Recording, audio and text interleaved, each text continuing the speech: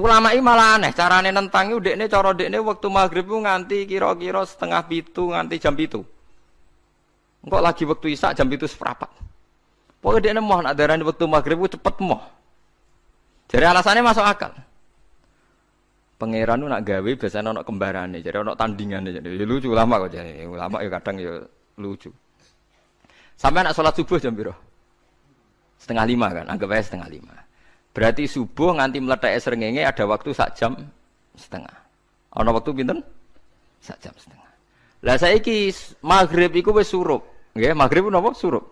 Kudune maghrib ku duwe padanan subuh ana waktu sak jam setengah.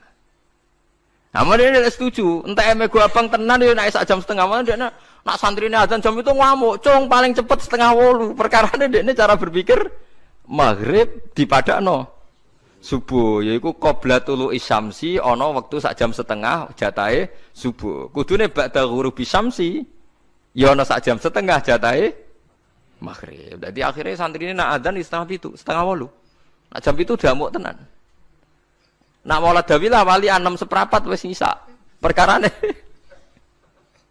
Lah iku ulama. Ya semulane ya semacam-macam ulama iku macam-macam. Ya sik anut sing umum, sing penting ora ruwet. Ya tapi wau as-shalat khairun maudhu'un. Asal salat iku mesti napa? Apik. Ya asal salat iku mesti napa? Apik. Soal kaifiyah macam-macam. Nah, sing terakhir sing masalah kaifiyah yang enggak diterima. Apakah boleh witir hanya 1 rakaat? Jawab Imam Syafi'i, na'am boleh witir hanya 1 rakaat. Kados kula piyambak barisa seringe witir namung 1 rakaat. Ya ora ana ndase, ora ana gurine 1 rakaat fakot. Iku witir sejati, paham? Witir napa sejati. Wah, mergo ora nganggo 3 rakaat yang 2 kan masalah kan? Ana nyicil napa? Nyicil napa? Witir. Jadi kalau tak akali, Gus kenapa nak witir sitok? Lah aku nganggo witir model piye wae ketoke ora sejati. Sejati gak? Witir napa sitok? Lha iku Sayyidina Utsman sak urip-uripe sahabat terkenal. Niku mboten nate witir luwih kok sitok, iki sak rakaat. Tapi aja takok sing diwaca Quran khatam. Lah iku perkara. Dadi sak rakaat tapi diwaca Quran apa? Khatam. Dadi autara bi rakaatin khatama fihal Quran. Dadi sak rakaat tapi khatam Quran. Iku sinten Sayyidina sinten Utsman. Alasan Imam Syafi'i Nabi tau witir nganggo 3 rakaat.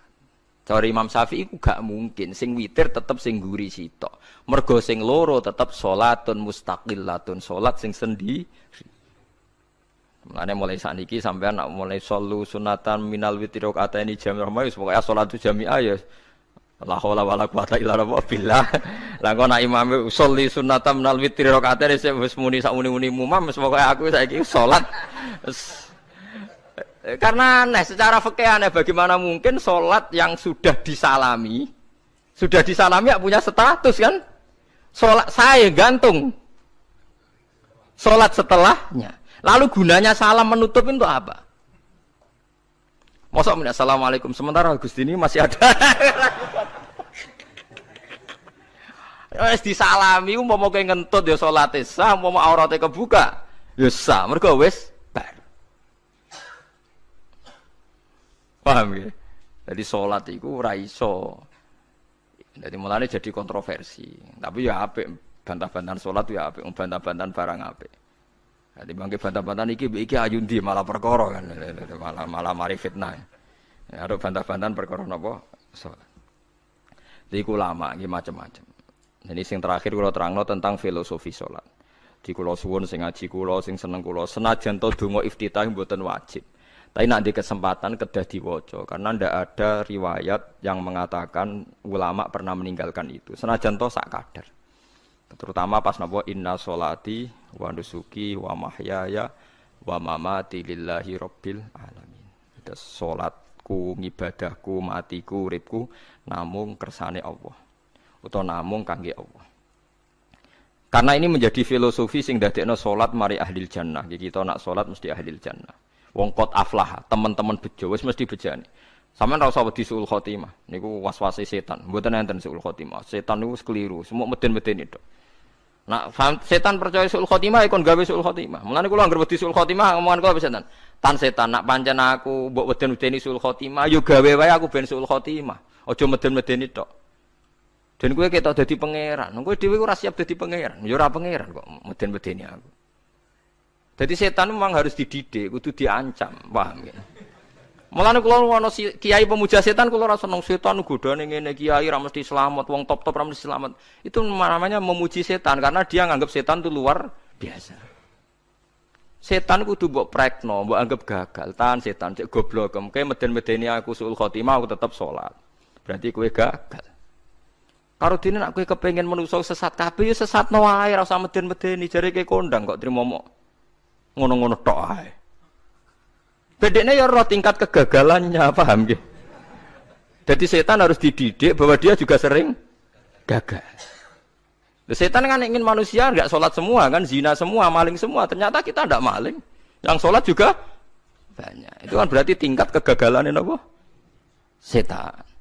Lah kita ndak ora dan setan ku sholat puluhan tahun digodho ilang gane goblok kowe.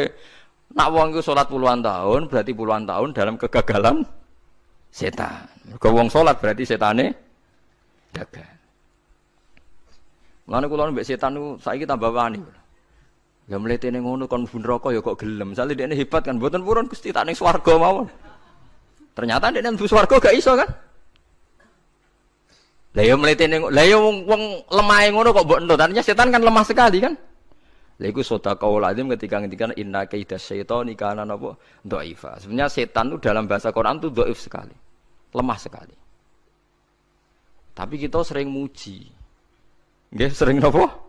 Sering muji. Darani setan hebat, wong wali, wong alim kadang digodho kena. Ya soal kena cara kena, akeh ra kena ngono wis akeh napa? Akeh mboten napa? Kena. Minimal ngeten lho sampean. Tapi kula nate Gus kepengin tahajud terus tahajud berarti setane menang. Tapi setan ora sekedar kowe kepengin ra tahajud, kepengin kowe kafir. Umpama kira tahajud tenan iku ya setan isih rugi kok. Tapi kowe jek Islam, tapi jek mlebu swarga, kepengin iku nganti apa? Kafir. Jebule kowe ora kafir kan? Lan ana ulama nak tangi turu gak tahajud, ndekne nangis. Angger kae gak tahajud nangis. Terus matur mbek pangeran, Gusti kenging napa kula mboten kasil tahajud. Ambek pangeran dingendikane ngene teng kitab Al-Minanul Kubra karangan Imam Syaroni. Kowe ku ulama kok bento. Sing nurokno kowe sapa? Nggih jenengan Gusti. Sing maringi tangi sapa? Nggih jenengan. Lah wis anggap ae kabeh kersaku, ora kersane setan. Wis bar. Mulane aku lara mati tahajud keterusan ya tenang mawon kula. Kula duwe ilmune, Kowe ku ulama kok bento. Sing nurokno kowe sapa? Nggih jenengan Gusti. Sing nangane sapa nggih jenengan kula iya sak kabeh ku sing ngersakno aku rido ra wis bar jan. Mulane nek nak tangi ra li tahajud nggih rido mawon. Apa meneh bedino.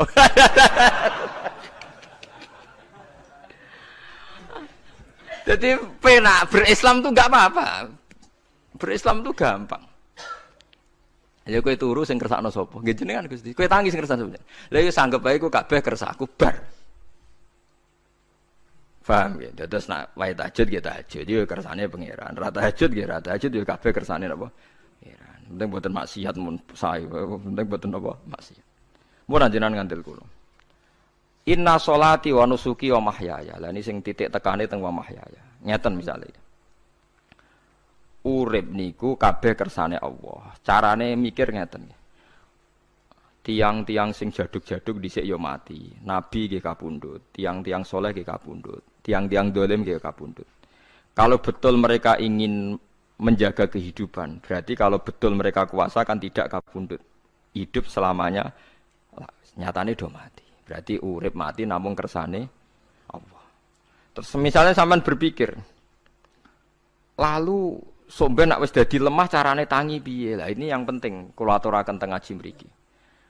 Kula sederenge ngaji nu sering akhir-akhire sering salat maca ayat liyahlika man halaka am bayyinati wa yahya man hayya napa am bayyina. Tugase ulama iku jelasno ayat-ayate pengiran. Sampeyan saiki tak bedheki.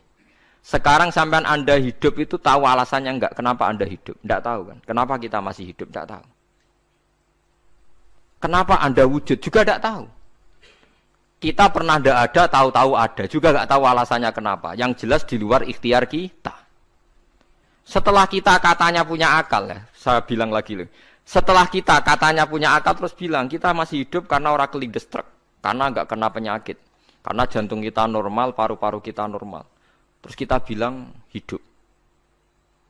Jadi kita atas nama kebodohan bilang kita hidup karena jantung kita normal, paru-paru kita normal, semuanya normal. Maka kita hidup.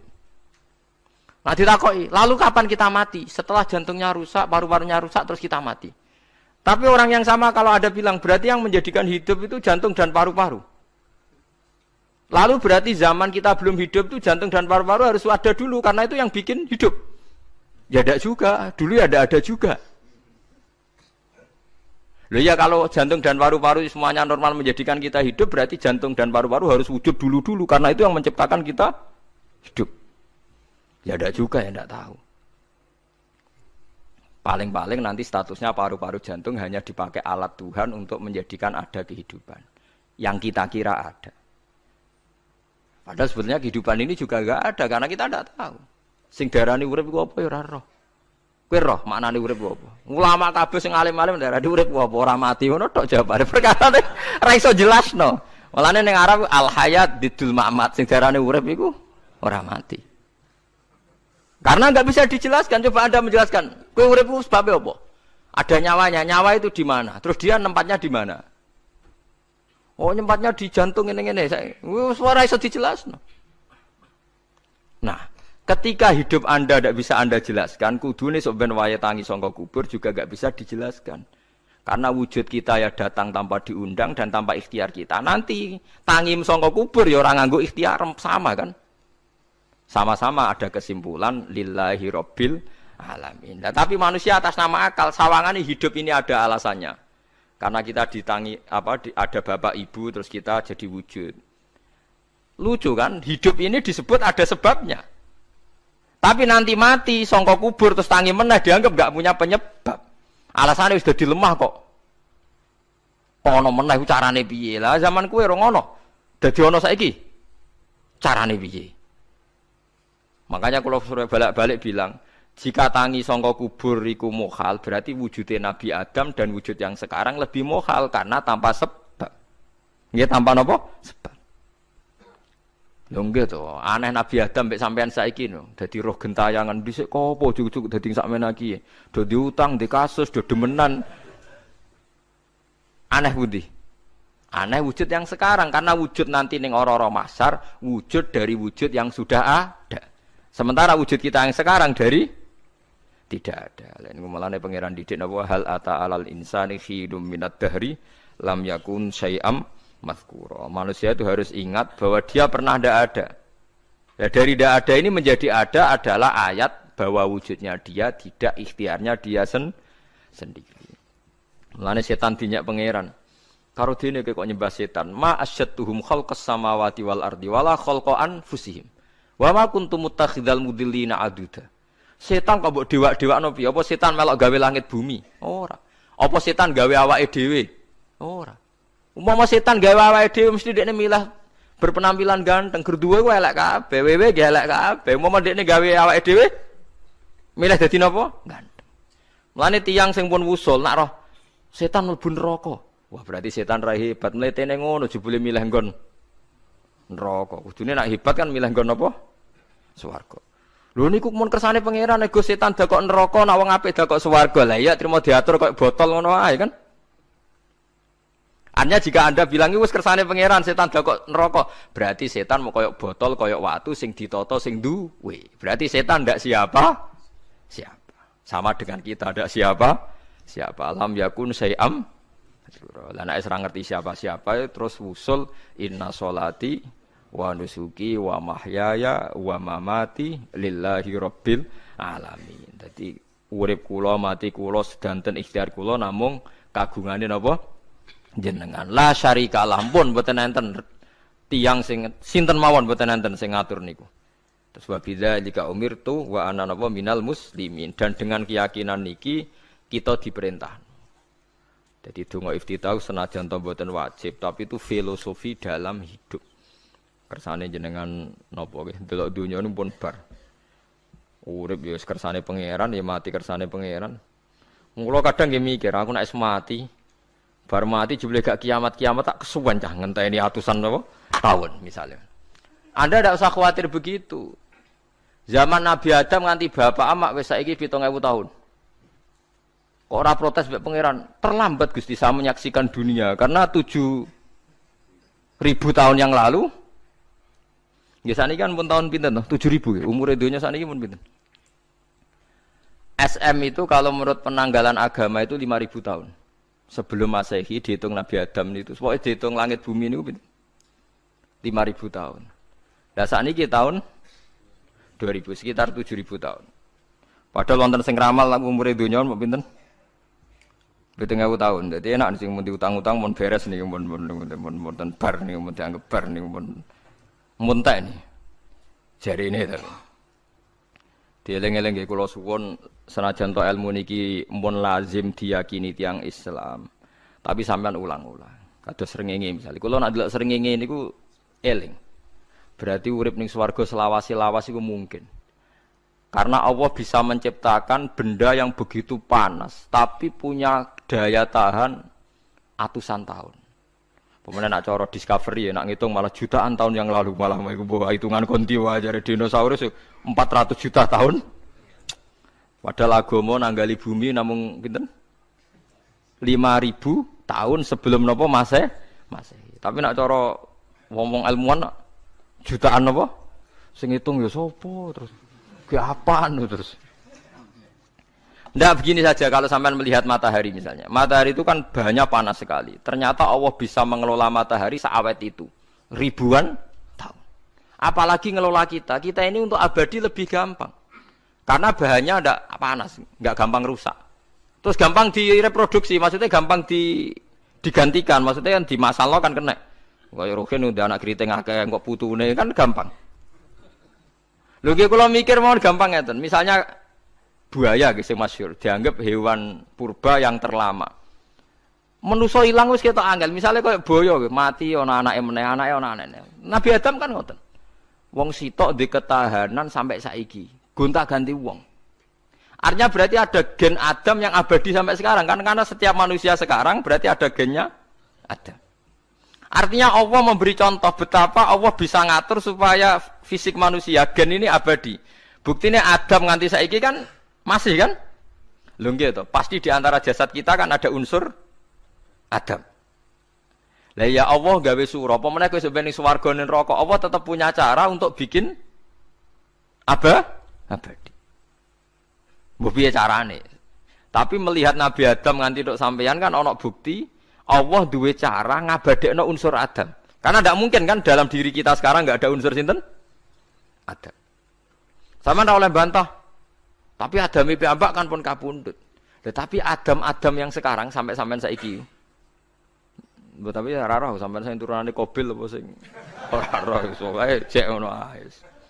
Wong jarene cerita. Qabil iku lahire ning swarga. Dirabekno mbek Labuda sing lahire ning bumi. Labuda iku elek gembrot. Habil lahire ning bumi, rapati ganteng, dirabekno Iklima sing wayu. Lahiran swarga. Akhire Qabil gak trimo, wong aku cah ganteng kok dientukno celek. Mulane saiki nek ana cah ganteng dientukno celek ra trimo ya kaya Qabil. Lah tapi enggak pikirane Nabi Adam ya ora roh ben silang ben sedengan. Mergo nek elek entuk elek kan malah musibah kan. Saiki anake ra melok dosa tapi eleke dobel. Misale keriting untuk keriting, elek untuk elek, fakir untuk fakir kan ya memperparah to nggih. Cara kula jan haram. Elek untuk elek rabi cara kula haram. Saiki anake kan ra roh apa ujug-ujug elek banget lho, ora terima elek napa? Elek napa? Banget. Jadi cerita kan ngoten, walhasil akhirnya tukaran, mergo Qabil gak terima. Pas tukaran dipisah Nabi Adam. Angger sing takor rupe sukses berarti ikhtiare bener. Ya mau Habil nyembelih wedhus, sing Qabil seneng buah-buahan. Mulane seneng buah-buahan iku rada masalah dianggap simbole wong-wong sing seneng mapan. Mulane kene omah ora di buah-buahan akeh-akeh, cukup gedang siton, sesuk katesne siton, ora usah semua buah-buahan wonten. Iku dhisik kurbane sinten? Qabil. Tapi sing melarat teman-teman yo keliru. Dhisik Habil saleh iku omahe jek penuh daging, paham ya? Perkarane korbane jek wedhus. Ora pitik, mergo bedigasan pitik niku. Jadi ada sebuah toreko sing ngaramno anak buahe mangan pitik. Perkarane wong ku kelakuane kaya sing dipangan. Ya repot nang ngono repot. Ya repot lah ngono terus ya repot. Berarti nek sering mangan welut tak bulet. Ngono kuwi berlebihan. Toreko niku napa? Berlebihan wis biasa mawon. Kula nggih mboten fanatik iki biasa. Tapi kalian kula ora seneng mangan. Jadi kan unsur hewani saya kan ndak banyak. Kula ora pati seneng napa mangan. Walhasil akhirnya Qabil korbannya enggak diterima. Habil diterima. Terus semenjak itu juga akhirnya walhasil Qabil mateni Habil. Jadi makanya konflik wedoan, konflik tertua. Mental membunuh ya mental tertua. Pertama peradaban manusia itu dibangun rebutan wong wedok dan saling membunuh. Nek ana tukaran kira usah gawa, iku tradisi terlama. Nggih, tradisi terlama manusia. Mesir kok bentrok padha Islame. Irak, Syria kok bentrok iku tradisi terlama. Demi wedokan direwangi tukaran, tradisi terlama. Biasa. Dadi biasa mawon urip napa? Biasa. Kabeh kejadian ngene iki wau inna sholati wa nusuki wa mahyaya wa mamati lillahi rabbil alamin. Macam-macam ya nek tiyang tasawuf ngartekno kabeh iku kersane Allah. Nek tiyang fikih ngartekno semua ibadah kita diikhlasno ora golek imbalan namung kabeh dipersembahkan kangge Allah. Cuma teori fikih ini ada kelemahannya, kesannya Allah itu butuh kita kasih. Padahal kita bisa sholat yang nganggo hidayate pangeran, iso zakat yang nganggo donyane pangeran. Kok kowe ngrasa zakat itu donyane sapa? Ana sing bener nggih teori tasawuf, kita iso sedekah ya kersane pangeran. Sing kita sedekahno nggih donyane pangeran. Berarti lillahi. Nah, jadi lillahi ta'ala artinya nek cara tasawuf itu bahwa semua kebaikan kita ini karena Allah, karena hidayat Allah. Nah, cara fikih mboten kesannya kita yang berbuat lalu kita ikhlaskan Allah. Tapi pertanyaannya kan kita bisa berbuat itu pakai fasilitas apa? Hidayahnya Allah juga kan? Nah, makanya ilmu tertinggi dianggap tasawuf karena tasawuf ini yang benar-benar lillahi rabbil alamin. Tapi fikih juga baik karena wong kan seneng GR to nak muni aku alhamdulillah bar zakat. Muni aku alhamdulillah bar zakat itu kan ya ora jelas. Muni aku ngrasa dekne pelakune, muni alhamdulillah kersane Allah itu ya bahasa paling gak jelas. Tapi ya apik muni ngono, aku alhamdulillah bar salat. Ya pamer nak aku bar salat, tapi ya ngakoni nak kabeh kersane Allah. Lah nek kersane Allah sing dipamer apane ngene ya ora jelas ya. Ya tapi itu apik lah. Muni apa? Aku alhamdulillah bar salat. Itu ya bahasa agak jelas. Ya enggak jelas juga bahasa itu tapi ben ngono. Paham geleng-geleng itu. Terus salat niku ini yang keempat kalau ceritani hikayatu sholatil khosyin. Saya baca di beberapa kitab Sayyidina Umar niku dipanah. Panah niku rak wonten mata pancing. Jadi nak melebu niku ditarik sakit, nggih. Nak ditarik napa? Sakit sekali. Ditarik dokter paling canggih pun sakit. Akhirnya Sayyidina Umar kondo, engkau tarik pas aku sholat. Gua aku nak sholat iku lali. Tenan pas beliau sholat ditarik uga ubah blas. Ditakoki kok jenengan ora krasa blas ora. Mosok aku ning ngarepe pangeran, eling pangeran krasa lara kan dadi aneh. Tapi alhamdulillah kowe krasa, sing aneh ya kowe wong sowan pangeran kok roh ana wong liwat ya roh. Jadi Sayyidina Umar dadi khusuke Sayyidina Umar nganti dipanah, ditarik wak kangelan. Lara. Pesene kok aku tarik pas sholat. Mulane ora ana sahabat mati kecuali pas sholat. Mergo pembunuhe roh paling lengah iku pas sholat. Umar dipateni pas aku yakin wong nakal mateni rugen pas sholat ra iso yakin aku yakin. Plengane ngono piye. Semasa sholat tetep siaga aja. Iku sirine kena apa Umar dipateni pas sholat. Kau musuhnya ku ngerti. Sahabat tu paling lali nak pas sholat. Sayyidina Ali kabudutnya ke pas sholat. Dan alhamdulillah cerita itu enggak ada sekarang. Karena yang sholat luwih canggih, luwih napa? Canggih. Wah, tetap konangan loh. Sholatnya pelengahan dis. Konsentrasi penuh menjaga diri sendiri. Nanti kayak lewat pangeran. Jadi justru itu nunjukno hebatnya Sayyidina Umar. Wes ngerti dalam bahaya tetap sholat. Nah, sekali sholat dia yang pangeran tenanan. Mboten roh blas.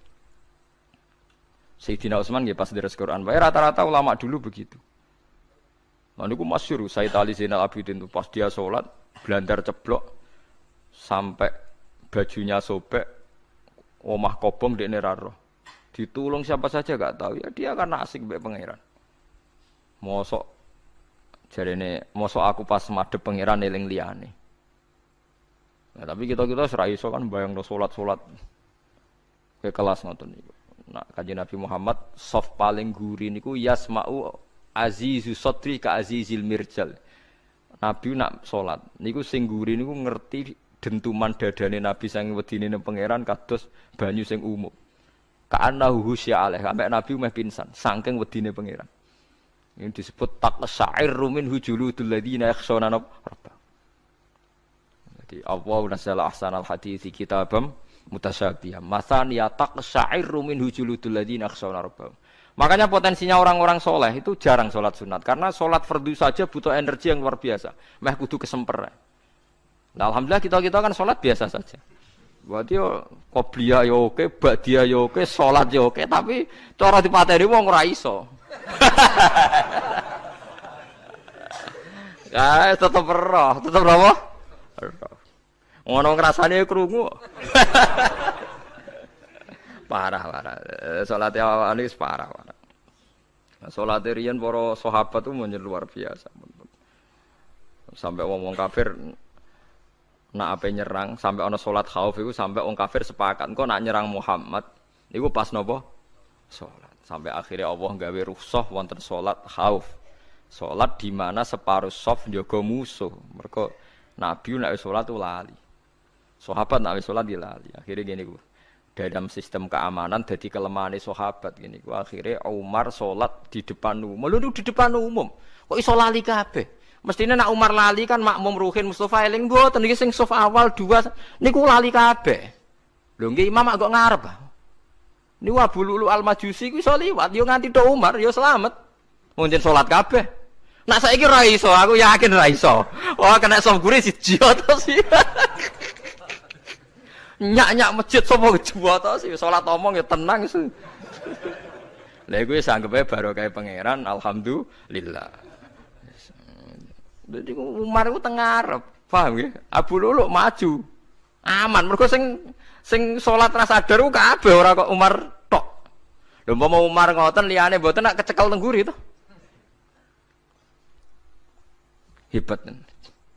Sidina Ali malah lucu meneh mun delingno ada ya mulai dulu ya ada intelijen namanya jassas dan itu saya tiru dawuh Sidina Ali jassas itu ya cara niki mata-mata ya Amirul Mukminin orang Khawarij itu berambisi betul membunuh Anda mbok ndak usah salat jamaah di masjid kita ini menjaga Anda di rumah. Sidina Ali jawab hisni ajali. Jadi masyhur Sidina Ali ngendikan yang menjaga saya itu ajal saya bukan pengawal presiden. Kalau saya mati sekarang, penjaga enggak ada artinya. Begitu juga aku nak ora wayahe mati. Iku wong niat mateni aku ya ora iso. Sepintas ngendikannya ini hanya klis, tapi nak mbok angen-angen bener.